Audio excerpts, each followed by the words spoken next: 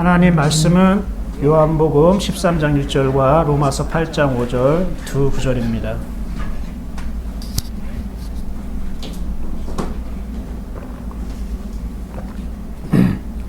요한복음 13장 1절과 로마서 8장 5절 두 구절입니다.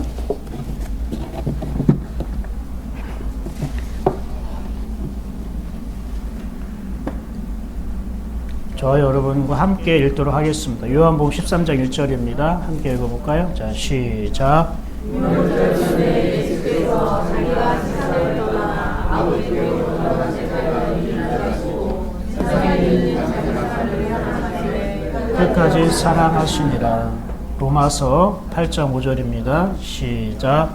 육신을 따르는 자는 육신의 일을, 영을 따르는 자는 영의 일을 생각하니. 아멘. 우리가 하나님의 말씀을 듣는 데 있어서 기본적인 태도를 항상 생각하면서 말씀을 들으면 참 유익합니다. 말씀은 하나님입니다. 이 시간 하나님이 나에게 말씀하십니다 라는 그런 1인칭 시점으로 하나님과 1대1의 관계를 생각하면서 말씀을 들으면 참 유익합니다. 그럴 때에는 잡생각도 들지 않고요. 내 생각으로 또 말씀을 듣지 않게 되어집니다. 성령님께서 여러분을 그렇게 인도하십니다. 그래서 여러분이 하나님의 말씀을 듣습니다. 그리고 하나님 앞에서 듣습니다. 라는 이 두 가지 마음을 가지고 들으면 참 더 복된 시간이 되리라 저는 믿습니다. 제가 말씀을 묵상하면서 마음에 들은 그 제목을 얘기한다면 성령님의 인도하심, 어떻게가 아니라 언제라는 제목을 한번 적어봤습니다. 성령님의 인도하심, 어떻게가 아니라 언제. 지난주에는 성령님의 인도하심에 대해서 나눴습니다. 그래서 지난주에 또 한번 묵상하다가 제목을 좀 수정했는데요. 그래서 유튜브에도 제목을 수정해서 올렸어요. 성령의 인도하심, 그것이면 충분합니다 라고 제가 말씀을 좀 제목을 수정했고요. 오늘은 그 성령님의 인도하심에 대해서 이어서 말씀을 전할게요. 성령의 인도하심은 무엇을 어떻게 해서 인도하심을 받는 게 아니라 언제 인도하심을 받는가가 중요하다는 것입니다. 여러분, 우리가 성령님의 인도하심을 받으려면 어떻게 해야 내가 성령님의 인도하심을 받을까를 아는 것보다 먼저 성령님이 어떤 분이시고 그분이 무슨 일을 하는지를 먼저 알아야 됩니다. 왜냐하면 여러분이 믿는 하나님이 어떤 하나님인가를 먼저 알아야 되는 거예요. 하나님 믿습니다가 아니라 내가 믿는 하나님이 어떤 하나님이고 어떤 일을 하시는 분인가를 알아야 되는 거예요. 어떤 목적을 가지고 있는지. 그래야 내가 그 하나님을 올바로 믿을 수 있는 거예요. 그런데 우리가 믿는 하나님이 어떤 하나님이고 어떤 일을 하시는 분이라는 거를 제대로 우리가 배우지 못한 것들이 많았어요. 그냥 교회 열심히 다니면은 되는 줄 알았던 거예요. 그래서 이 교회 열심히 다니면 그냥 믿음 좋다라고 얘기했던 거예요. 여러분, 믿음이 좋은 거는 하나님이 원하시는 믿음대로 믿을 때에 그게 믿음이 좋은 거죠. 열심히는 다녔는데 하나님이 원하는 믿음의 내용이 아니라면 그거는 헛된 믿음일 수 있지 않겠습니까? 그렇죠. 그리고 우리가 헛되게 믿지 않으려면 올바로 믿고 싶다면 하나님이 원하시는 믿음의 내용이 뭐고 믿음의 목적이 뭔가를 알아야 되잖아요. 그러면 하나님을 알아야 되는 거예요. 그런데 하나님을 제대로 알지 못하니까 우리가 열심히 믿다가 뭔가 공허한 게 찾아와요. 근데 그 공허한 게 우리 교회 내에서 내가 알고 있던 하나님, 성경이 충족시켜주면 괜찮은데 이게 거기서 충족되는 게 아니라 다른 곳에서 자꾸 충족이 되는 거예요. 그게 바로 이단. 예. 거기는 하나님에 대해서 내가 알지 못했던 것에 대해서 굉장히 많이 알려주더라고요. 그렇게 교육을 강하게 시켜요. 왜 예전에 우리 교회는 이렇게 안 알려줬을까? 이렇게 쉽게 하면은 아쉬움이 있을 정도로 진짜로 이단에 대해서 공부하고 연구하면서 야, 하나님에 대해서 이렇게 이런 정보를 가지고 이렇게 많이 이 사람들이 알려주고 있단 말이야. 물론 잘못된 하나님이죠. 뭐 하나님 어머니 있다 뭐 이런 식으로 하지만 아무튼 그들은 하나님에 대해서 그리스도에 대해서 목숨을 걸고 그렇게 방대한 분량으로 알려주고 있다는 말입니다. 우리가 성령님의 인도하심을 받으려면 성령님은 어떤 분이고 무슨 일을 하시는지를 알아야 아, 내가 지금 성령님의 인도함을 받는 게 맞구나라고 분별할 수 있는 거예요. 만약에 우리가 하나님이 만약에 군인이시다라고 하면은 그 군인의 그 특성, 그런 목적, 그런 모습들이 있지 않습니까? 그럼 하나님은 우리가 그렇게 믿을 수 있게 되는 거예요. 그런 성격, 스타일로 이렇게 얘기를 하는 것입니다. 그러니까 성령님이 어떤 분이시고 무슨 일을 하시는가 사실 여러분이 다 알고 있어요. 우리가 성령은 대부분 우리가 하나님의 영 이렇게 알고 있지 않습니까? 그렇죠? 하나님 영이라고 하니까 하나님의 영이니까 하나님에게 속한 영으로 알고 있는 거예요. 하나님에 속한 영. 그런데 여러분 삼위일체라고 들어보셨죠? 삼위일체 하나님. 그거는 성부 하나님, 성자 하나님, 성령 하나님인데 일체라는 건 뭐예요? 하나. 그거는 동등하다는 거예요. 근데 대부분 성도들이 이걸 얘기하다 보니까 성부 하나님이 가장 위, 그리고 성자 하나님은 그 다음, 그 성령 하나님은 그 다음, 이런 식으로 이렇게 세우는 것 같아요. 성부 하나님, 성자 하나님, 성령 하나님 이런 식으로. 아니 그게 아니고 성부 하나님, 성자 하나님, 성령 하나님 똑같은 본질이 같은 동등된 분이라는 거예요. 그러니까 성부 하나님 가장 높고 성자 하나님은 중간 개념, 성령 하나님은 맨 마지막 하위 개념이 아니라는 거예요. 그래서 이 삼위일체는요, 하나님이 믿음을 주실 때 이게 믿어져요. 아무리 훌륭한 박사라던가 목사님이 이론적으로 완벽하게 준비해서 설명을 해서 이해가 되질 않아요. 이거는 정말로 여러분의 영의 눈이 열리고 하나님을 만나면은 아, 성부, 성자, 성령 하나님이 똑같은 분이구나, 한 분이구나. 그러니까 하나님이 아버지가 되시고 아들이 되시고 영이 되시는 거예요. 성령이 되시는 거예요. 여러분 이게 이해가 됩니까? 이거는 우리 인간의 체계, 인간이 상식적으로 이론적으로 이해할 수 있는 그 지식의 대상이 아니기 때문에 그런 개념이 아니기 때문에 우리가 이해하려고 하면 이해가 안 되는 거예요. 그거는 하나님부터 임해야 되는 거예요. 성경 말씀이 그런 게 굉장히 많아요. 우리가 이해하고 깨닫고 따라가는 것도 있지만 사실 가장 중요한 것들은 내가 이해하고 깨닫고 따라가는 개념이 아니라 그분으로부터 임할 때에 그 은혜가, 그 내용이, 그 말씀이 그분으로부터 나에게 주어질 때에 내가 그거에 열리게 되는 거예요. 그게 믿어지게 되는 것 같더라고요. 그래서 우리가 믿음은 내가 하나님을 믿습니다, 안 믿습니다라는 고백은 필요하지만 사실 믿어지는 겁니다. 한번 따라해 볼까요? 믿음은 믿어지는 겁니다. 신앙생활이 그런 거예요. 믿어지어야 되는 거예요. 그 믿어지게 하는 게 성령님이에요. 성령님이 하나님의 말씀을 믿어지게 하는 거예요. 예수 그리스도의 구원과 십자가 부활을 성령께서 믿어지게 하는 거예요. 그러니까 내가 들었고 깨닫고 그렇구나라고 생각하지만 사실 그것이 그 깨닫게 하시고 이해가 되게 하시고 하는 분이 성령님이에요. 그러니까 성령님은 결코 하나님에게 속한 어떤 영이 아니에요. 하나님이 예수님 그랬잖아요. 내가 아버지께 올라가서 성령을 보내겠다. 그러니까 마치 성령은 하나님께 속한 것을 예수님이 받아서 우리에게 보내는 어떤 그러한 개념으로 이해했지만 그게 아니라 성령을 보내겠다라고 하는 것은 주님이 내가 성령으로 너희에게 올 거야 이런 뜻이에요.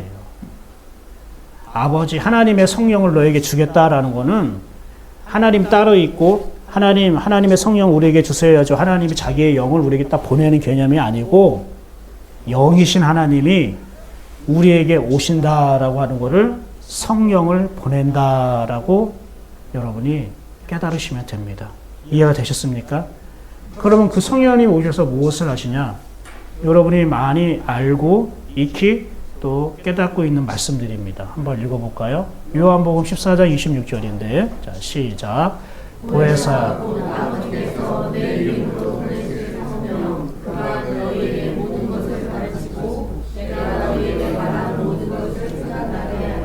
성령님은 가르치시는 분이고요, 생각나게 하시는 분입니다. 이렇게 쉽게 알면 돼요. 그러니까 가르치는 것도 생각나게 한다는 한 그런 가운데에 들어가요. 근데 모든 것을 가르친다는 거예요. 그리고 모든 것을 생각나게 한다. 하나님의 말씀을 생각나게 하고 하나님의 말씀을 가르치시는, 생각하시는 하나님이라는 거예요. 우리 성령님은, 여러분에게 오신 성령님은 생각을 주시는 하나님이고 생각을 나게 하시는 하나님이에요. 그러면 이거는 24시간 활동한다는 뜻입니다. 여러분 생각 안 할 때가 있을까요, 없을까요? 없죠. 여러분 이런 옛날 속담에 이런 말이 있어요. 어르신들은 알 거예요. 며느리가, 여자라고 해야 되나? 여자가 밥상을 들고 문지방을 넓을 때 12가지 생각을 한다. 들어보셨어요? 아, 저보다 내가 더 늙었나? 그런 말이 있잖아요. 인터넷 찾아보세요. 며느리가 밥상 들고 문지방을 넘을 때, 얘가 부엌과 그 방 있잖아요. 지방을 넘을 때 12가지 생각을 한다. 굉장히 많은 생각을 한다는 거예요. 그 한 여자가. 그 문지방 그 찰나에 넘을 때 12가지 생각을 한다고. 제가 다른 나라에서 와서 그런가 봅니다. 그렇게 생각이 많이 해요. 그 찰나의 순간. 그 문지방을 넘을 때 몇 초가 있냐고요. 한 1초 되겠어요? 12가지 생각을 한다는 것처럼 굉장히 많은 생각을 해요. 그런데 모든 걸 생각나게 하신다는 거예요. 그러니까 우리의 생각의 사실 주인은 성령님이라는 거예요. 그런데 우리는 내가 마음대로 생각할 수 있고 끊을 수 있고 뭐든지 내가 할 수 있다고 생각하니까 생각을 내가 다스리고 내가 할 수 있다고 하는 거예요. 이게 사실 미련한 거예요. 진짜 지혜로운 사람은 내가 하는 생각이 내게 아니구나라는 걸 알아야 되는 거예요. 생각은 주인이 따로 있구나. 성경에서 말씀하잖아요. 생각나게 하게 하시는 분이다. 꼭 하나님 말씀만 생각나게 하는 게 아니에요. 우리에게 필요한 것들, 내가 마땅히 생각해야 할 것들을 생각나게 하시는 분이 성령님이라는 거예요.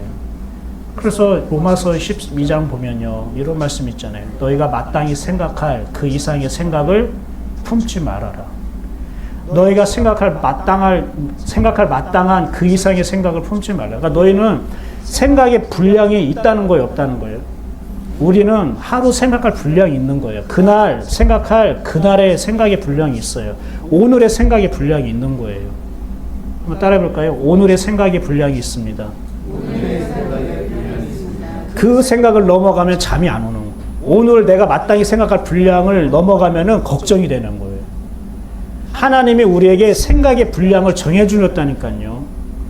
우리가 보면은 하나님이 뭐 땅의 경계를 짓고 또 경계를 지으느냐라는 그 구약에는 말씀이 있는데, 땅의 경계에 보이는 어떤 질이 이것만을 말하는 게 아니라 우리 영혼의 경계 분량을 말하는 거예요. 그게 사실은 우리 영혼이 담을 수 있는 분량, 우리 영혼의 생각하는 그 생각의 분량은 하나님께서 우리에게 각 사람에게 맞게끔 그 날에 생각할 분량을 주셨대요.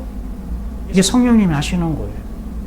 그러니까 우리가 성령님의 인도하심을 받는다, 성령님과 동행한다라고 하면 내가 마땅히 생각할 그 이상의 생각을 안 하는 게 성령님과 동행하는 그건 흔적인 거예요. 여러분 어떠십니까? 여러분이 정말 생각할 그 이상의 생각을 하면은 그때부터 피곤하는 거예요. 스트레스 받는 거고, 걱정되고, 염려되고, 잠이 안 오고, 중간에 깨고 그러는 거예요. 어때요? 맞는 것 같아요? 틀린 것 같아요? 맞는 것 같죠? 생각의 분량, 하나님이 허락하신 정해놓은 생각의 분량만큼만 생각해도 굉장히 행복합니다. 진짜 삶이 굉장히 단순하지만 굉장히 깊어지고요. 걱정 없이 정말 편안하게 하나님을 믿고요. 그 하나님의 생각의 분량만큼만 내가 얻어도 충분합니다. 근데 우리는 거기에 만족하지 못하는 거예요. 생각한다고 어떻게 이루어지는 게 아닌데 생각이라도 어떻게 좀 앞질러 나가서 해야 뭔가 안심이 된다고 생각하는 것 같습니다. 우리를 지으시는 하나님이 우리를 더 잘 알잖아요. 우리의 영혼도 하나님이 주셨고 하나님이 지으셨잖아요. 내 영은 내가 창조한 게 아니잖아요. 그러니까 그 영이 중요하게 하는 그 기능이 무엇입니까? 그 영이 가장 중요하게 하는 일들이 생각하는 그 기능이에요. 그것도 하나님 우리에게 주셨다는 겁니다.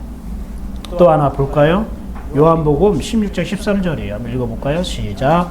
그러나 진리의 성령이 오시며 그가 너희를 모든 진리 가운데로 인도하시리니 그가 스스로 말하지 않고 오직 들은 것을 말하며 장래를 너희에게 알리시리라. 보셔요. 성령이 오시면 우리를 어디로 인도한대요? 우리를 인도하는데 진리 가운데로 인도하는 거예요. 성령님. 그래서 진리는 뭘까요? 예수님 말씀하셨어요. 내가 곧 길이요 진리요 생명이다 라고 말씀했잖아요. 그 예수님이 진리래요. 그러면 우리를 모든 진리 가운데로 인도한다는 것은 우리의 모든 것을 예수께로 인도한다는 뜻이에요. 아니 그럼 우리의 모든 것을 나에게 가진 것, 나에게 속한, 나에게 있는 모든 것을 예수께로 인도한다는 게 도대체 뭘까? 뭐 예수님께 다 바치라는 뜻일까? 아니요. 예수님을 닮게 한다는 뜻이에요. 이게 진리예요. 진리는 뭐냐면 하나님이 내게 오셔서 그분이 나를 위해 나를 통해 일하심으로 우리가 그분을 닮아가는 겁니다. 그걸 진리라고 하는 거예요. 임마누엘이 진리예요. 그러니까 임마누엘. 예수님이 왜 내가 진리라고 얘기합니까? 예수님은 독생자 아들이시죠. 하나님을 모시고 사신 분이죠. 또한 그분 자신이 하나님이셨죠. 하나님과 똑같은 분이에요. 하나님을 닮으셨던 분이라고요. 하나님과 함께 사셨던 분이라고요. 그래서 예수를 진리라고 하는 거예요. 여러분이 이걸 알아야 돼요. 성령님 우리를 진리 가운데 린다는 것은 우리를 하나님의 아들 예수 그리스도를 닮게 한다는 거예요. 그러니까 성령님이 내 인생을 어떻게 인도하실까? 오늘 성령님이 나를 어떻게 인도하실까라는 것을 우리가 여러분이 생각한다면은 이거를 놓치지 말아야 돼요. 오늘도 성령님은 나를 예수 그리스도를 닮는 대로 인도하겠구나. 그게 목적이에요. 이 큰 목적을 여러분이 놓치면 안 돼요. 이 큰 방향을 여러분이 잃어버리면 안 돼요. 이것을 여러분이 알고 있어야 구석구석 구체적으로 세밀하게 내 삶을 어떻게 인도하시는가가 내가 보게 되는 거예요.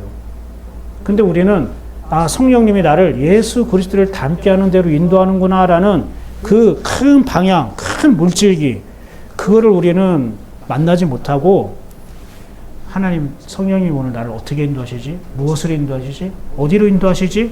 그것만 우리가 보는 거예요. 피상적이잖아요. 여러분 성령님이 여러분의 삶을 정말로 구체적으로 또 여러분의 생각을 구체적으로 세밀하게 인도하시는 거 맞습니다. 그런데 그 끝이 어디냐 이거예요. 그렇게 인도하시는 목적이 무엇이냐 이거예요. 왜 여러분의 생각과 여러분의 삶을 또 여러분의 일터를 여러분의 하고 있는 일들과 그런 관계들을 성령님이 그렇게 구체적으로 세밀하게 왜 인도해 주시냐 이거예요. 그것이 끝이 뭐라고요? 예수 그리스도를 닮게 하는 것이기 때문에 그런 거예요. 그러니까 여러분이 예수 그리스도를 닮고자 하는 마음을 갖고 있으면 성령님이 내 생각을 오늘 나의 일과를 이렇게 인도하시는 거구나라는 게 더 뚜렷하게 보이는 겁니다. 믿으십니까? 이거를 잊지 마십시오. 또 한 번 마지막 구절 한번 읽어볼게요. 고린도전서 2장 10절입니다. 시작. 오직 하나님이 성령으로 이것을 우리에게 보이셨으니 성령은 모든 것, 곧 하나님의 깊은 것까지로 통달하시느니라. 성령님은 하나님의 깊은 것까지 통달한다. 깊은 거라고 하면 하나님의 깊은 마음인데 이 마음은 뭐냐면 우리를 위해 준비하신 하나님의 마음을 말하는 거예요. 하나님의 준비. 나를 향한 하나님의 준비. 이것을 깊은 것이라고 지금 번역하고 있는 거거든요. 그러니까 하나님이 나를 위해 무엇을 준비하고 계신가를 알 수 있다는 거예요, 없다는 거예요? 있다는 거예요. 아브라함 그걸 믿었잖아요. 하나님이 나를 위해 이삭을 준비하고 계셨구나. 나중에 엎치라 뒤치라 우왕좌왕 좌충우돌 어떠한 그러한 신앙을 겪은 다음에 네 씨를 통해 내가 많은 민족과 백성을 하늘의 별과 같이 많게 하리라. 아브라함이 그걸 받아들였거든요. 자기를 위해 준비하고 계신 것. 그리고 독자 이삭을 바치라고 했을 때, 그 이삭이 죽으면은 하나님의 하나님의 언약도 약속도 다 사라지는 것이거든요. 그런데 그럼에도 불구하고 바쳤다는 건 뭘까요? 하나님이 자기를 위해 준비하고 있다는 걸 알고 있는 거예요. 그래서 나중에 여호와 이레라고 고백하잖아요. 그 여호와 이레가 준비하신 하나님, 예비하신 하나님이라고 우리가 알고 있지만 그게 이런 뜻이에요. 여호와 이레라는 거는 하나님께서 다 보고 계시다, 살피신다 이런 뜻이에요. 무슨 말이냐면 성령님은 여러분에 대해서 다 모든 걸 보고 계시고 살피고 계시면서 하나님이 여러분의 인생을 위해 준비하고 계신 것을 성령께서 여러분에게 알게 하신다는 거예요. 하나님이 내 인생 삶을 위해서 준비하고 계셨구나, 준비하고 계신 게 있구나라는 그 믿음을 심어준다는 것입니다. 여러분, 하나님이 나를 위해 준비하고 있는 것을 알고 신앙생활하는 것과 하나님 믿는데 내 인생이 어떻게 될지 걱정되네. 어떻게 될까? 궁금하네. 이렇게 모르고 하나님을 믿는 것과는 굉장히 큰 차이죠. 그렇지 않겠습니까? 하나님이 여러분 가정과 여러분 자녀와 하나님 여러분 개인의 삶을 두고 준비하신 것을 성령께서 여러분에게 알게 하시고 깨닫게 하신다면 그거만큼 편안하고 안전한 삶이 어디 있겠습니까? 당장에 고난이 오고 역경이 오지만 하나님이 나를 위해 준비하신 게 있잖아. 그걸 놓치지 않으면 그 고난과 역경 가운데서도 믿음을 잃어버리지 않을 수 있지 않습니까? 오히려 더 하나님께 가까이 갈 수 있지 않습니까? 근데 하나님이 나를 위해 뭔가 준비하고 있다는 걸 몰라. 앞이 캄캄해. 볼 수가 없어. 그런 때에 여러분의 삶에 고난이 들어오고 역경이 들어올 때에 믿음마저도 막 흔들리게 버리는 거예요. 성령님은요, 하나님 여러분을 위해서 준비하고 계신 것을 어떻게 해요? 보이신다는 거예요. 덮여져 있는 걸 드러나게 한다. 그러니까 보자기가 이렇게 덮여져 있잖아요. 상이 있는데, 그럼 이게 상은 상인데 여기에 뭐 잡채가 있고 갈비가 있고 회가 있고 뭐가 있는지 모르잖아요. 근데 상인 보자기를 싹 어떻게 해요? 이렇게 열면은 그 상 위에 펼쳐진 여러 가지 음식들이 싹 보이겠죠. 그게 포지셔닝 할 때 그때 그게 쓰이는 게 이거예요. 하나님이 나에게 뭔가를 준비했어. 여러분 그런 믿음은 있죠? 내 삶을 어떻게 인도하시고 뭔가 준비하고 계시고 예배하신 걸 그런 난 하나님 믿어라는 건 있잖아요. 그죠? 근데 아직 모르잖아요. 그 상 위에 보자기가 덮여있는 상태 정도만 알고 있잖아요. 근데 성령님의 인도하심을 받으면 이게 이렇게 상을 덮고 있는 보자기가 이렇게 열린다는 거예요. 그걸 누리라는 거예요. 걱정하지 마. 여기 먹을 거 있잖아. 네가 좋아하는 갈비도 있고 잡채도 있고 회도 있고 장어도 있고 많이 있잖아. 이렇게. 성령님이 그러한 은혜를 우리에게 주시는 분이에요. 우리가 성령님의 인도하심을 받으려면 성령님이 어떠한 분이시고 성령님이 우리에게 오시면 어떤 일을 하시는지를 알아야 내가 지금 성령님의 인도하심을 받고 있는지 아닌지를 분별할 수가 있는 거예요. 성령님은 하나님의 생각을 주시는 겁니다. 꼭 잊지 마십시오. 하나님의 생각을 우리에게 주셔요. 성령님은 하나님의 말씀을 생각나게 하십니다. 내 기억력으로 하나님의 말씀 내가 묵상하고 외워서 가는 게 아닙니다. 그리고 성령님은 하나님의 깊은 마음을 우리에게 보여주십니다. 그 마음은 우리를 예배하고 준비하신 마음까지 성령께서는 우리에게 보여주십니다. 그래서 우리로 하여금 더 하나님을 사모하게 하고 또 하나님의 마음과 생각을 담게 하기에는 그 마음을 주십니다. 그래서 그분을 성령님을 뭐라고 얘기하면 보혜사라고 얘기하는 거예요. 보혜사라는 게 뭘까요? 보호하고 은혜를 베풀고 가르치시는 분이라고 하는 거예요. 근데 여러분, 이러한 이제 중요한 거는 이런 성령님의 인도하심을 받기 위해 우리는 무엇을 해야 할까요? 이런 성령님의 인도하심을 받으려면 여러분 무엇을 해야 될 것 같아요? 뭐부터 하고 싶으세요? 사실 결론부터 말하면 성령님의 인도하심을 받기 위해서 우리가 무엇을 어떻게 해야 하는 일은 없습니다. 여러분이 성령님의 인도하심을 받기 위해 무엇을 어떻게 해야 하는 일들은 없습니다. 여러분이 혹시 거듭나셨습니까? 여러분은 거듭나셨습니까? 어떻게 대답해 보십시오. 여러분 거듭나셨습니까? 아니요. 거듭나셨다고 믿는 분들도 있고 잘 모르는 사람들도 있을 건데요. 여러분이 만일 거듭났다면 성령님의 인도하심을 지금 받고 있을 것입니다. 여러분, 예수님이 성령님의 인도하심을 받기 위해 무엇을 하셨습니까? 성경에 기록된 게 있습니까? 없지요. 제자들이 성령님의 인도하심을 받기 위해 무엇을 어떻게 했을까요?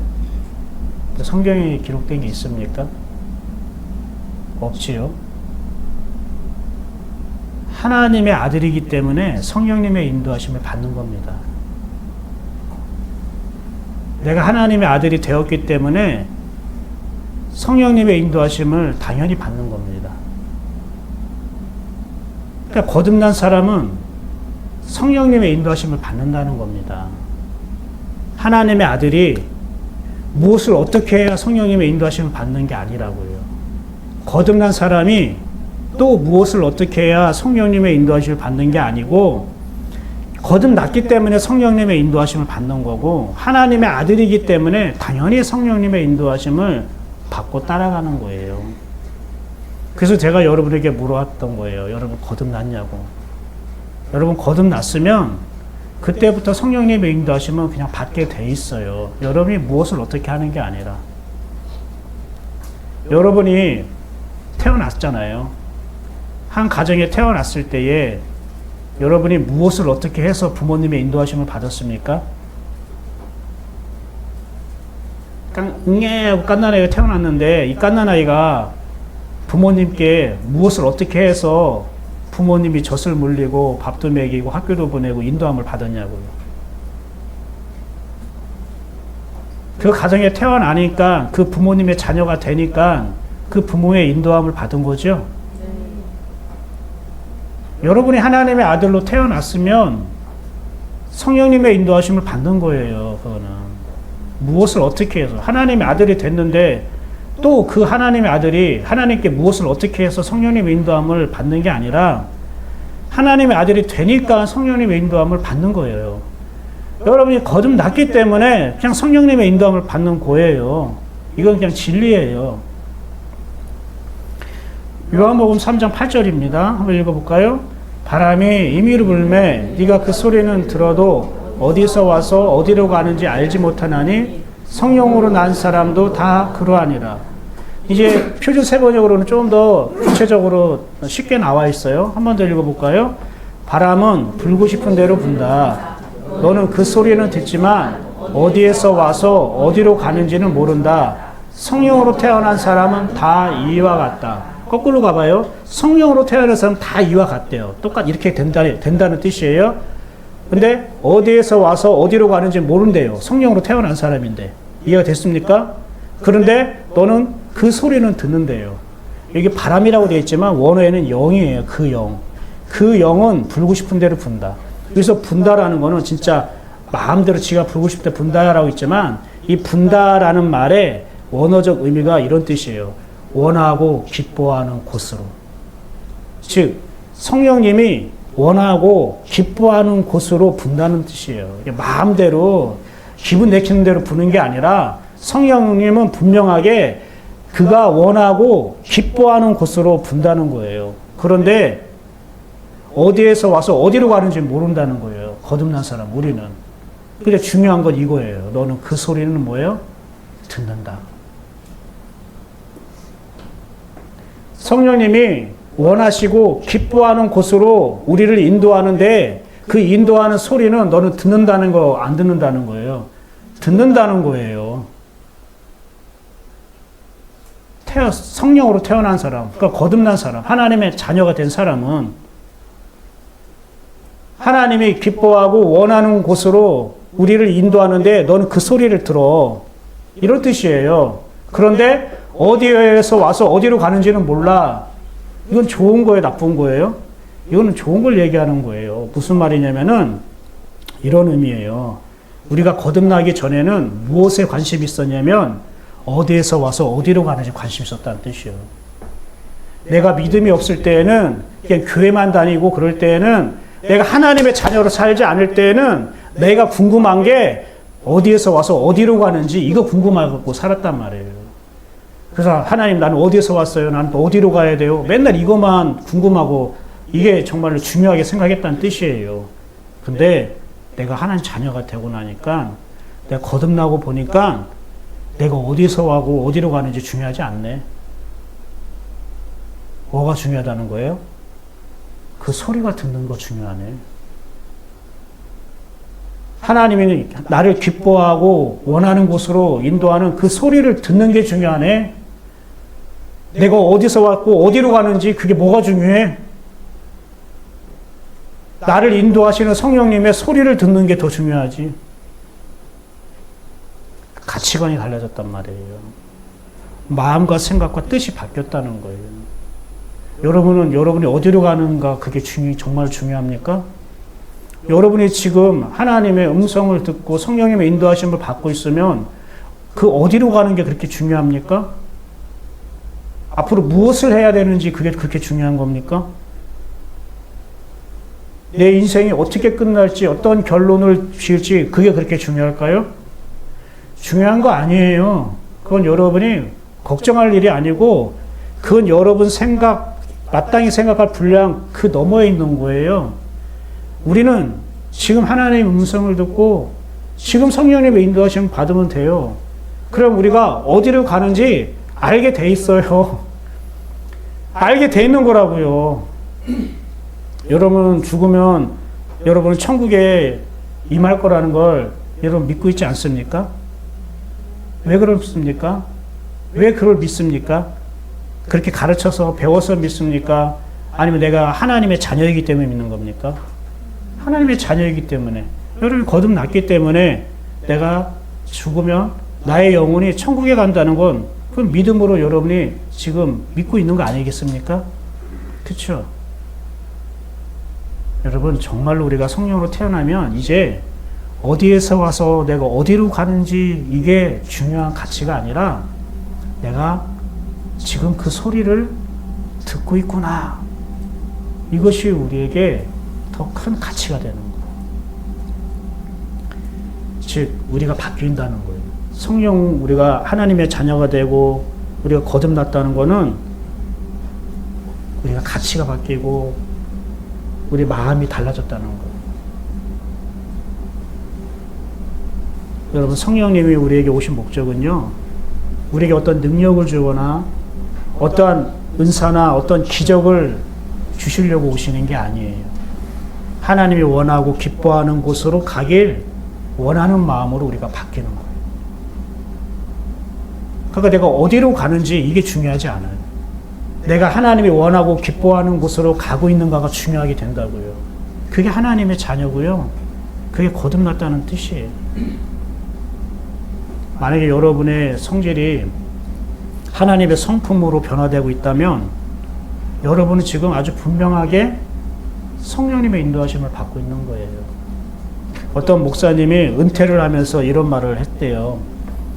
이제까지 내가 목회하면서 집 문서를 뽑아서 바치는 사람, 땅 문서를 뽑아서 바치는 사람, 적금 뽑아서 바치는 사람은 많이 봤지만 자기 성질머리를 뽑아서 주님께 바치는 사람은 보지 못했습니다. 이게 마지막 은퇴하면서 했던 말이래요. 교회 보니까 뭐 충성하고 헌신하고 열심히 다녀서 땅 문서, 집 문서, 적금, 뭐 보험 등 거 다 뽑아가지고 막 헌금 드리고 그런 사람 봤는데 자기 성질머리 뽑아서 주님께 바친 사람은 없다는 거예요. 무슨 뜻입니까? 자기 성질이 주님의 성품으로 변화된 사람을 많이 보지 못했다는 거예요. 그러니까 교회 와서 이것저것 다 바치고 헌신한 사람 많은데 성령으로 충만해져서 하나님의 성품으로 사는 사람은 보지 못했다는 거예요. 어떠세요, 여러분? 여러분 오늘 올 때 자기 성질을 뽑아가지고 오셨습니까?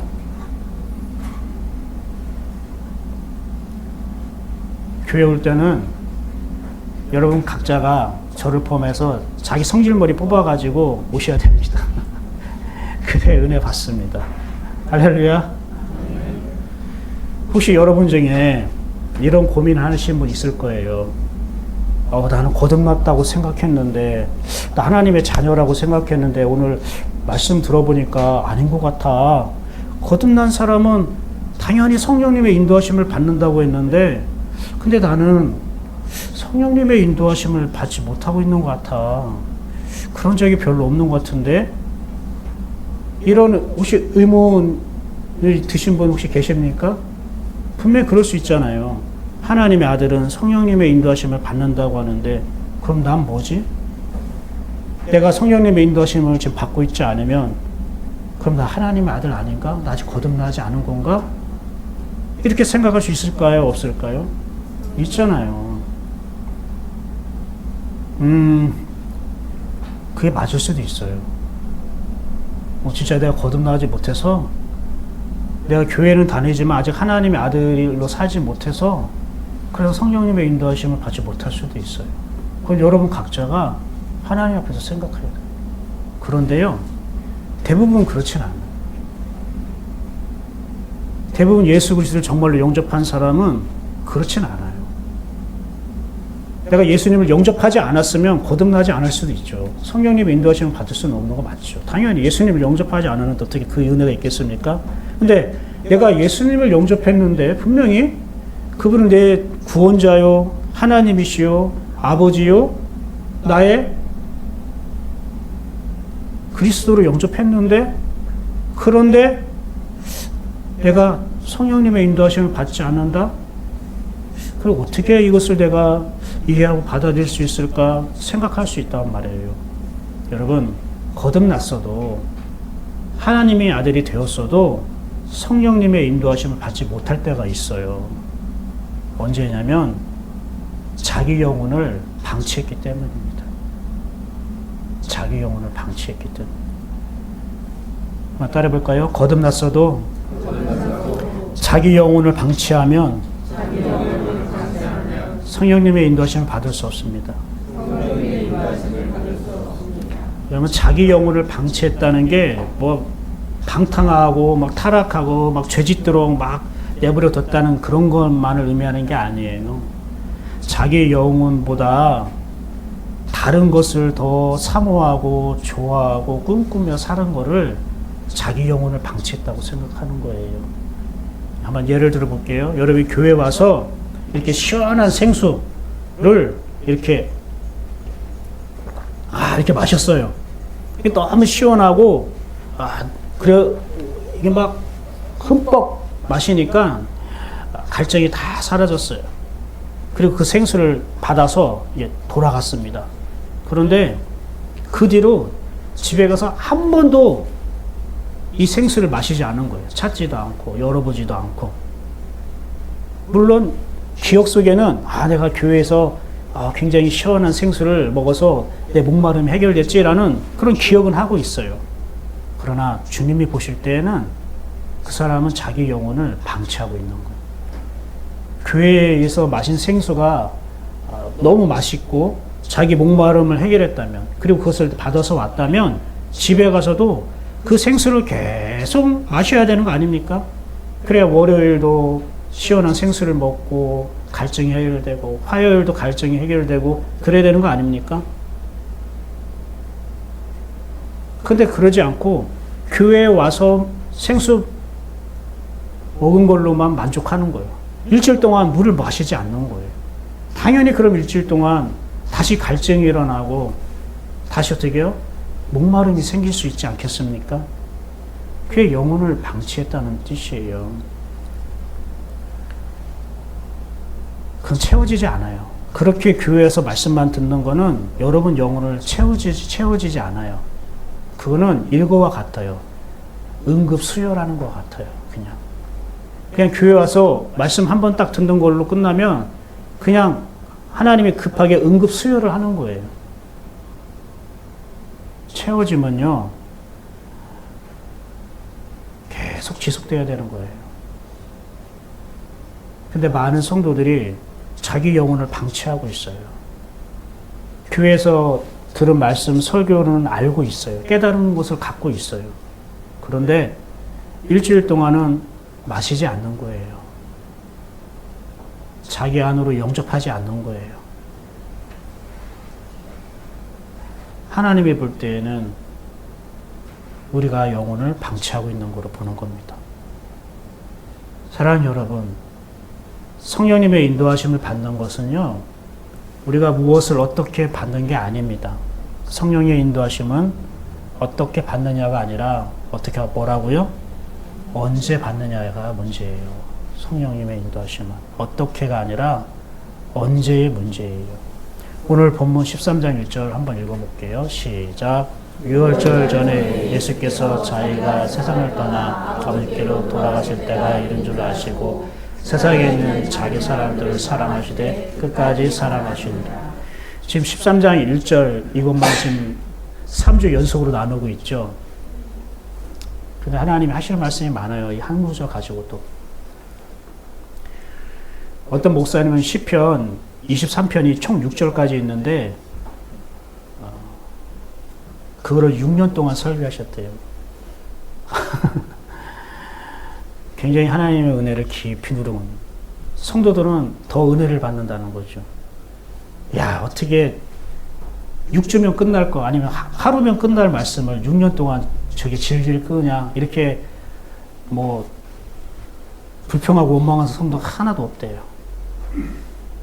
어떻게 시편 23편 가지고 6년 동안 겨우 6줄 가지고 어떻게 6년 동안 설교를 할 수 있을까? 그 은혜에 놀랐고 그 사람들이 그 말씀에 심취하면서 변화된다는, 하나님의 말씀은 그런 거죠. 밑줄 치는 글씨가 이른 줄 아시고 라고 돼 있지 않습니까? 이 이른 줄 아시고 라는 말이 이런 의미예요. 자기가 아버지께로 돌아가실 그 때가 자기 안으로 들어오는 걸 아시고, 자기 안으로 들어오는 걸 아시고.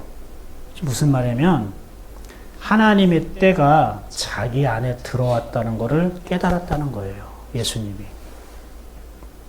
그러니까 성령님의 인도하심, 주님의 때가 내 안에 언제 임할까? 예수님은 자기 안에 하나님의 때가 들어온 걸 아셨다는 거예요. 예수님이 무엇을 어떻게 해가지고 알게 된 게 아니라 성령님이 인도하시는 것이 자기 안에 들어온 거예요. 그 하나님의 때가 들어온 거예요. 자기가 십자가에 못 박게 할 그 시점이, 그 때가 자기 안에 들어왔다는 거예요. 여러분, 성령님의 인도하심이 무엇을 어떻게 해서 우리가 받는 게 아니라 성령님의 인도하심은 우리 안에 들어오는 거예요. 그분의 인도하시는 때가 내 안에 들어오는 거예요. 그러면 질문이 있죠. 주님의 때가, 그 성령님의 인도하심이 언제 임하는가? 그때가 언제일까? 그게 궁금하죠. 그렇죠? 그게 언제냐면 영의 분량이 채워질 때입니다.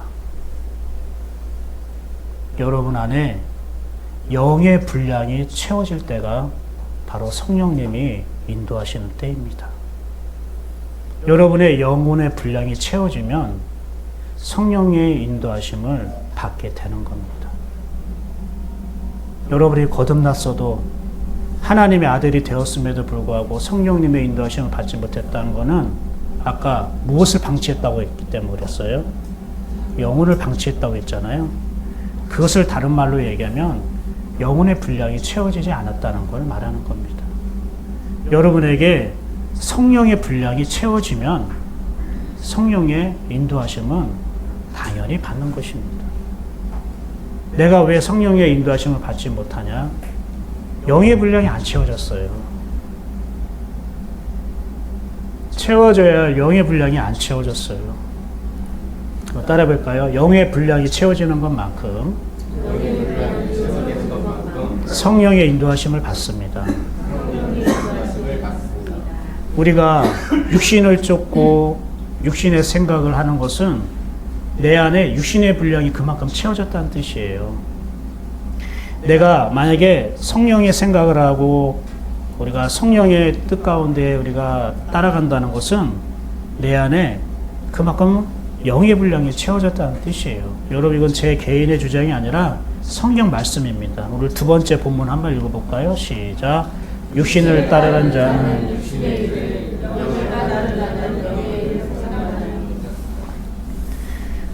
보세요. 여기서 육신을 따르는 것과 영을 따르는 것이 서로 대조적으로 비교돼서 나오고 있죠. 여기서 따른다는 말이 원어로 어떤 의미가 있냐면 분량에 따라라는 말이에요. 육신의 분량에 따라 이런 뜻이에요. 육신의 분량에 따라 육신의 일을, 영의 분량에 따라 영의 일을 생각하나니 이런 의미라고요. 그냥 따른다라고 해서 하나님이 나 따라와 해서 얘 따라가겠습니다 해서 막 따라가는 그런 모습을 말하는 게 아니라 육신의 분량이 가득 채워진 만큼 너는 육신의 일을 생각하는 거고, 네가 영의 분량이 가득 채워지면 너는 영의 일을 생각하는 거예요. 그런데 우리는 이것을 문자적으로만 계속 배우고 가르침을 받았단 말이에요. 여러분, 육신을 따르는 자는 육신의 일을 생각하고 영을 따르는 자는 영의 일을 생각합니다. 여러분, 육신의 일을 따르지 않고 영을 따르시기를 축원합니다. 영의 일을 생각하십시오. 그걸 다 아멘 했어요. 근데 영의 일을 어떻게 생각하냐고요. 내가 육신의 일을 생각하고 육신을 따르고 있는데 갑자기 어떻게 그러면 하루아침에 그 설교 들었다고 내가 영의 일을 따르고 가고 영의 일을 생각할 수 있겠습니까? 말은 맞는데 이걸 도대체 어떻게 하는 것입니까? 분량이라는 것을 우리가 잊어버린 거였어요. 사랑하는 여러분, 여러분의 속에 육신의 분량이 많아서 여러분 육신의 일을 그렇게 생각하고 따라가는 거예요. 자동적으로 돼요. 아, 나는 육신의 일을 생각하지 않아야지. 나 육신의 일은 따라가지 않아야지. 여러분 아무리 기도하고 다짐해도 여러분이 평상시에 육신의 것이 채워져 있으면 그 기도하고 다짐한 것이 힘을 발휘하지 못해요. 근데 여러분 안에 영의 분량이 채워지면 힘들이지 않고 여러분 영의 일을 생각하는 거예요.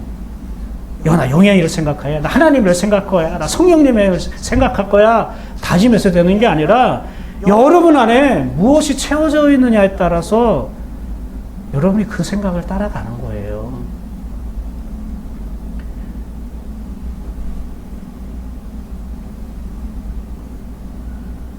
내 안에 채워진 분량만큼 따라갑니다. 육신의 분량이 가득 채워졌으니까 당연히 육신의 일을 생각하는 겁니다. 성령의 분량이 가득 채워졌으니까 당연히 영적인 일을 생각하는 겁니다. 영혼은 그렇게 창조되었습니다. 하나님이 그렇게 만드신 겁니다. 영은 그렇게 되어진 겁니다. 그러면 여러분 육신의 분량이 뭘까요? 내 생각의 분량입니다. 육신의 분량은 내 생각의 분량입니다. 그럼 영의 분량은 뭘까요? 주님의 마음의 분량입니다. 주님의 마음의 분량이 영의 분량입니다. 그리고 이 분량이라는 것은요, 이례적인 사건으로 되는 게 아닙니다. 이거는 쌓이는 개념입니다. 쌓인다는 것은 두 가지가 있어야 쌓입니다. 첫 번째, 반복하는 것. 반복할 때 쌓이는 거죠. 두 번째, 계속 유지되는 것. 이 두 가지가 있어야 됩니다. 반복하는 것, 그리고 계속 유지되는 것. 이 두 가지가 이루어질 때 채워지는 거예요. 우리가 주님과 지속적으로 교제하고 또 반복적으로 교제하면 주님이 주시는 신령한 것들이 우리 안에 채워지는 것입니다. 이게 영의 분량입니다. 주님과 교제하는 게 뭐지? 그건 말씀으로 교제하는 거예요. 여러분 이걸 잊지 마십시오. 내가 주님과 교제한다고 하니까 어떤 사람은 그냥 생각으로 소꿉장난하는 것처럼 혼자 생각하고 막 대화하고 이걸 생각하는데 말씀으로 교제하는 게 주님과 교제하는 거예요. 여러분 성령님의 인도하심은 어떻게가 아니라 뭐라고요? 언제라고요. 근데 그 언제가 언제라고요? 영의 분량이 채워질 때요. 여러분의 영혼의 분량이 채워지는 만큼 성령님의 인도하심을 받는 거예요. 여러분은 이번 주에는 여러분의 영혼에 어떤 분량이 채워졌습니까? 육신의 분량이 많이 채워졌습니까? 아니면 영의 분량이 채워졌습니까? 지나온 일주일을 돌아보면 알아요. 내가 성령의 인도하심을 순간순간 받고 있다라고 생각되었다면 여러분이 일주일 동안 계속 영의 분량으로 채워졌던 거예요. 근데 그걸 다 잊어버리고 눈에 보이는 먹고 마시고 하는 즐기고 하는 육신의 일들만 따라가고 생각했다면 내가 영의 일로 채움받지 못하고 내가 육신으로 채워져 있다는 것을 말하는 겁니다. 주님은 우리에게 어떤 방법을 요구하지 않아요. 성령님의 인도하심을 방법, 뭐 이런 거. 성령님의 인도하심을 잘 받는 방법. 이런 방법을 가르쳐 주지 않아요. 여러분, 주님이 어떤 방법을 주셔서 우리가 신앙생활을 잘하게 하시고 또 어떤 방법을 주셔서 우리가 하나님의 성품으로 바뀌고 그렇게 하진 않습니다. 방법으로 되는 게 아닙니다. 주님은 자기 자신을 우리에게 주시는 분입니다. 여러분 이거 잊지 마세요. 주님은 자기 자신을 우리에게 주시는 분이에요. 그런데 그 주님이 내 안에 오시지 않았는데 내가 어떠한 훌륭하고 좋은 방법을 알고 있다고 해서 성령님의 인도하심을 받을 수 있겠습니까? 내가 주님의 성품으로 바뀔 수 있겠습니까? 그러면 이제 문제는 이겁니다. 마지막이에요. 성령의 분량이 언제 채워질까? 그렇죠? 성령의 분량, 그 영의 분량을 우리가 채워질 때에 영의 분량이 채워지는 것만큼 성령님의 인도하심을 받는다고 하는데 그럼 그 영의 분량은 언제 채워지는 걸까? 말씀을 여러분이 아주 맹렬하게 사모할 때입니다. 그냥 말씀을 듣는다. 물론 말씀을 듣는 시간도 여러분에게 영의 분량이 채워지는 시간입니다. 그런데요, 이 성령은요, 말씀과 뗄래야 뗄 수가 없는 관계예요. 우리가 신앙생활을 동전으로 비유하잖아요. 그러면 앞에는 말씀, 동전 뒷면은 성령. 여기 보면 뭐라고 써 있어요? 말씀과 성령이죠. 이거는 동전 한 잎과 같은 거예요. 앞에가 말씀이면 뒤에는 성령. 같은 거라고요. 말씀 없이 성령도 없고요. 성령 없이 말씀도 없는 겁니다. 그래서 우리가 성령 충만하려면 이런 말 많이 하잖아요. 기도해야 된다, 막 금식해야 된다, 이렇게 가르치고 있지 않습니까? 그런데 그걸 여러분이 잘 들어야 돼요. 성령 충만 받으려면 기도해야 돼, 막 금식해야 돼. 이거는요, 말씀을 받은 사람이 하는 거예요. 말씀을 받은 사람이 기도하고 말씀을 받은 사람이 금식할 때 성령의 충만함을 경험하는 거라고요. 말씀을 받지 않고 기도하고 금식하면 위험해요. 말씀이 채워진 사람이 기도하고 말씀이 채워진 사람이 금식하는 겁니다. 그래서 여러분이 말씀을 들어야 하고 말씀을 사모해야 돼요. 만약에 방법을 말한다면 이게 유일한 방법. 사도행전 10장에 보면은 베드로가 요바에 있는데 고넬료에서 사람들을 보내요. 고넬료가 백부장이에요. 유대 이방인이에요. 하나님의 성령이 고넬료에게 요바에 있는 시몬 베드로를 초청해서 말씀을 들어가고 감동을 주신 거예요. 그래서 베드로가 요바에 그 고넬료가 있는 곳에 내려갑니다. 그리고 그 다음 벌어지는 장면이 이렇습니다. 한번 읽어볼까요? 33절부터 읽어봅시다. 시작. 내가 곧 당신에게 사람을 보내었는데 오셨으니 잘하였나이다.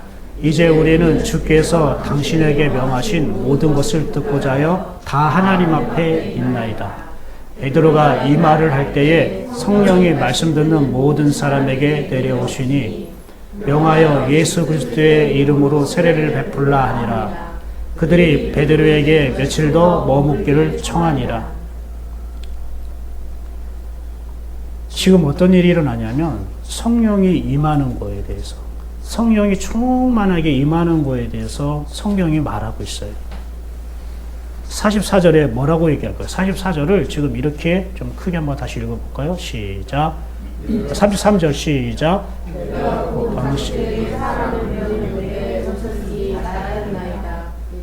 우리는 주께서 당신에게 명하신 모든 것을 듣고자 하여 다 하나님 앞에 있나이다.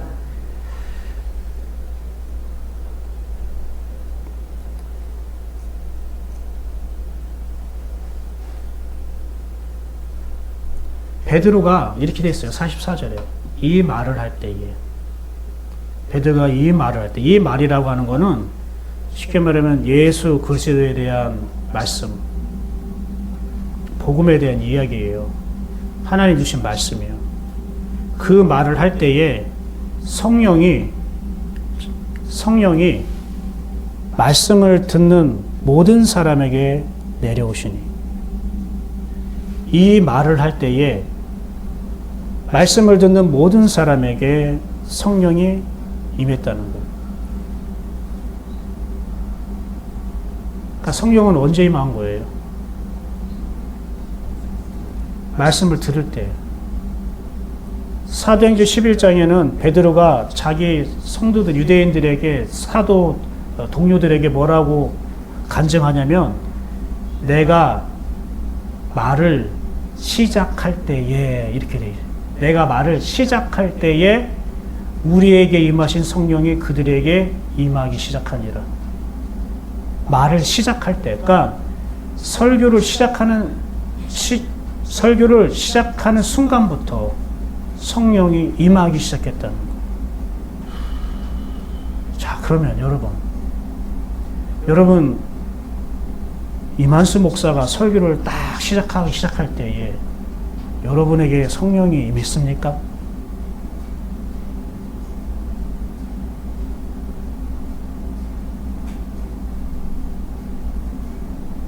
임하지 않았다면 제가 문제거나 여러분이 문제거나 둘 중에 하나일 텐데 다 같이 문제이거나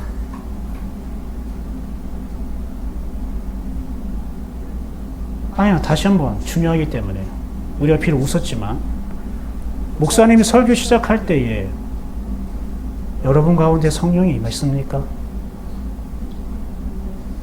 그렇지 않았다면 지금 우리는 성경과 상관없는 예배를 드리고 있는 겁니다. 하나님과 상관없는 예배를 드리고 있는 겁니다. 여러분 마음은 하나님의 찬양도 드리고 기도도 하고 그랬을지는 모르겠지만 여러분이 성경 설교를 듣는 가운데에 성령님의 임하시는 게 느끼지 않았다면, 그게 없었다면 우리는 이 말씀을 통해 다시 한번 우리의 모습을 돌아봐야 할 필요가 있는 것이죠. 그런데 어떻게 성령님이 임하셨는가? 그냥 설교하니까 성령님이 말씀을 듣는 모든 사람에게 임하셨을까? 그래서 제가 아까 밑줄을 이렇게 친 게 있어요. 뭐라고 했냐면 이분들이 그 베드로에 대한 태도가 이렇게 자세하게 나와요. 첫 번째, 주께서 당신에게 명하신. 그들이 설교를 듣는 게 사도 베드로가 우리에게 어떠한 좋은 성경 말씀, 하나님 말씀을 주시려 보다라고 생각한 게 아니라 주님이 지금 당신에게 명하신 것, 지금 주님이 당신에게 주신 것라고 생각하고 있었던 거예요. 우리는 사도의 설교를 듣는, 교훈을 듣기 위해서 초청한 게 아니라 주님이 지금 베드로에게 주신 걸 듣고자 당신을 불렀습니다라는 마음이요. 그럼 물을게요. 여러분은 목사님의 설교를 듣기 위해 여기에 있는 겁니까? 하나님이 목사님에게 명하신 것을 듣기 위해 오는 겁니까? 뭐 대답 안 하셔도 돼요. 두 번째, 모든 것을 듣고자 하여. 이들은 모든 것을 들으려고 베드로를 불렀습니다. 모든 것은 뭘까요? 자기들이 궁금해하고 그리고 반가워하고 이해하고 싶었던, 알고 싶었던 말씀도 있겠지만 자기 마음을 곤란하게 하고 찌르게 하고 자기 생각과 정반대되는 것도 있고 자기가 원하지 않는 그런 내용도 있지 않겠어요? 모든 것을 들으려고 왔단 말입니다. 즉 말씀 앞에 자기를 다 펼쳐 놓았다는 거예요. 말씀 앞에 자기를 다 어떻게 해요? 무장해제. 하나님 말씀 날 잡아 잡수시오. 나 당신 겁니다. 나 마음대로 하십시오. 그럼 물을게요. 여러분은 모든 말씀을 다 받으려고 왔습니까? 세 번째, 하나님 앞에 있나이다. 그들은 사도 베드로를 초대했지만 사도 베드로 앞에 있는 게 아니라 하나님 앞에 있다고 그들은 생각한 거예요. 그러면 또 한 번 묻습니다. 여러분 하나님 앞에 있으려고 오늘 교회에 오셨습니까? 여러분은 지금 설교하는 이만수 목사 앞에 있다고 생각합니까? 생긴 것은 이만수지만 하나님 앞에 있다고 여러분은 지금 생각하고 있습니까? 이게 말씀을 들을 때 성령이 임하시는 걸 느낄 수 있느냐 없느냐의 결정적인 차이입니다. 여러분이 처음 말씀 시작할 때부터 주께서 당신에게 명하신 모든 것을 듣고자 하여 나는 하나님 앞에 서 있습니다 라는 마음으로 듣기 시작했으면 아마 그때부터 여러분 성령님의 임재하심을, 인도하심을 아마 여러분 느꼈을 것입니다.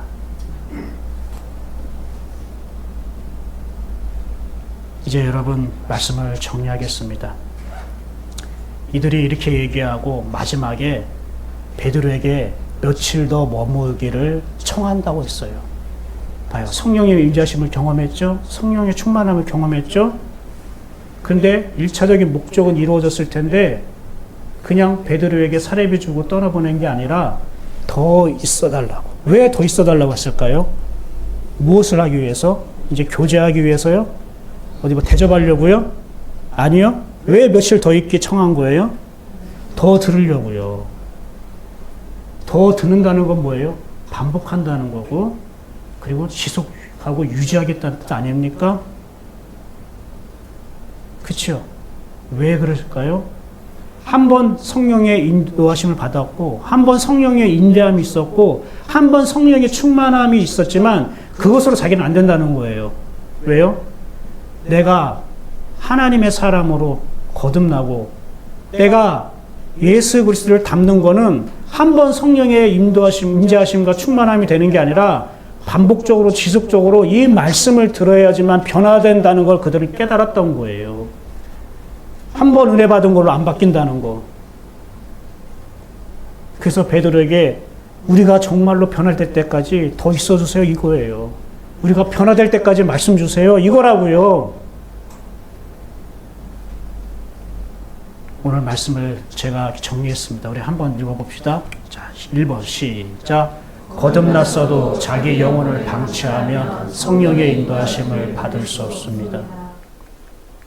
2번 영의 분량이 채워지는 것만큼 성령의 인도하심을 받습니다. 3번 성령은 말씀을 들을 때에 임합니다. 4번 성령의 충만함은 말씀을 사모하는 만큼 이루어집니다.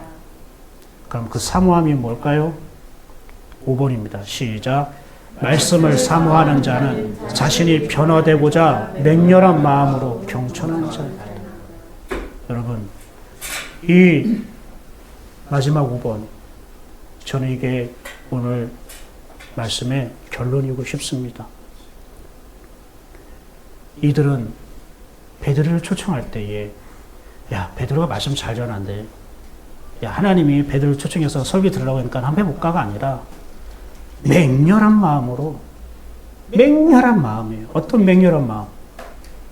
나 주님을 닮고 싶습니다. 이제 내 생각으로, 육신의 생각의 분량으로 육신의 일을 따라가는 게 아니라 내 안에 하나님의 영이 충만해서 영의 분량이 가득 채워져서 영의 일을 생각하고 영의 일을 따라가고 싶습니다. 다른 말로 뭐예요? 하나님을 닮다는, 그리스도를 닮아가겠다는 거예요. 내가 바뀌고 싶다는 거예요. 이제는 내가 변화되고 싶은 마음으로, 그 맹렬한 마음으로, 그래서 내가 말씀 앞에 있겠다는 거예요. 내가 사람 앞에서 듣는 게 아니라 하나님 앞에서 듣겠다는 거예요. 맹렬한 마음, 맹렬한 심정, 맹렬한 태도, 무엇을 위해서? 내가 변화되기 위해서요. 이게 사모한다는 거예요. 이게 사모한다는 거. 저와 여러분이 내가 변화되기 위해서 맹렬한 마음으로 주의 말씀을 경청한다면 그 영의 분량이 내가 생각했던 것보다 더 빠르게, 더 크게 채워지는 거예요. 해보세요. 복음서 여러분 사순절 묵상 읽기, 여러분이 정말로 맹렬한 마음으로 매일매일 이 말씀 하루에 한 장, 두 장 읽는 거 여러분 10분이면 돼요. 사실 24시간 중에 10분 투자 못합니까? 할 수 있잖아요. 그렇죠? 일주일 읽어봤자 1시간도 안 돼요. 168시간이 일주일인데 168시간 중에 1시간, 168분의 1 이거 읽는 거 그거 안 되겠습니까? 그게 분량인데 맹렬한 마음으로 내가 변화되기를 말씀을 들으면 그 사람 가운데 하나님의 임하심, 그 임하심이 쌓이고 쌓이면 나도 모르게 예전에 내가 이런 생각을 안 했는데 이렇게 따라가네? 라고 되더라고요. 어떤 분이 이런 고백을 했어요. 우리 교인이라고는 제가 얘기하고 싶지는 않은데요. 근데 말씀을 딱 나누면서 이렇게 하더라고요. 목사님 말씀을 들어보니까 제가 요즘에 에덴 동산에 있는 것 같아요. 이런 고백을 하더라고요. 근데 옆에 있는 사람은 자기는 아닌 것 같다고, 에덴 동산 밖에 있는 것 같다고 그렇게 생각하는 것 같은데 자기는 요즘에 목사님 말씀 들을 때 보니까 에덴 동산에 있는, 에덴 동산을 누리는 것 같아요. 불량이에요. 근데 그러다가도 또 일주일 동안 세상 것들이 쌓이면 어떻게 될까요? 에덴 동산의 은혜와 감격은 줄어들 수 있는 거예요. 성령님의 인도하심은 어떻게가 아니라 언제입니다. 언제라고요? 영의 분량이 채워질 때 성령의 인도하심은 분명하게 임합니다. 우리가 영의 분량이 가득 채워지기를 맹렬한 마음으로 하나님의 말씀을 사모하기를 축원합니다. 기도하겠습니다.